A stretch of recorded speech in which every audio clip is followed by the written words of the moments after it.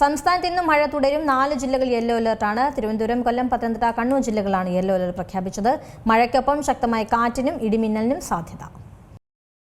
സംസ്ഥാനത്ത് ഇന്നും പരക്കെ മഴയ്ക്ക് സാധ്യതയെന്ന് കാലാവസ്ഥാ വകുപ്പ്. 4 ജില്ലകളിൽ യെല്ലോ അലർട്ട് പ്രഖ്യാപിച്ചു. തിരുവനന്തപുരം, കൊല്ലം, പത്തനംതിട്ട, കണ്ണൂർ എന്നീ ജില്ലകളിലാണ് യെല്ലോ അലർട്ട് പ്രഖ്യാപിച്ചിരിക്കുന്നത്. മഴയ്ക്കൊപ്പം ശക്തമായ കാറ്റിനും ഇടിമിന്നലിനും സാധ്യതയുണ്ട്. വരും ദിവസങ്ങളിൽ മഴ തുടരും. നാളെ 9 ജില്ലകളിൽ യെല്ലോ അലർട്ടാണ്. തിരുവനന്തപുരം, കൊല്ലം, പത്തനംതിട്ട, ആലപ്പുഴ, കോട്ടയം, ഇടുക്കി, എറണാകുളം, തൃശൂർ, കോഴിക്കോട് എന്നീ ജില്ലകളിലാണ് നാളെ യെല്ലോ അലർട്ട് പ്രഖ്യാപിച്ചിരിക്കുന്നത്. ഒറ്റപ്പെട്ട ഇടങ്ങളിൽ ഇടിമിന്നലോട് കൂടിയ മഴയ്ക്കും മണിക്കൂറിൽ 30 മുതൽ 50 കിലോമീറ്റർ വരെ വേഗതയിൽ വീശിയേക്കാവുന്ന ശക്തമായ കാറ്റിനും സാധ്യതയെന്ന് കേന്ദ്ര കാലാവസ്ഥാ വകുപ്പ് അറിയിക്കുന്നു.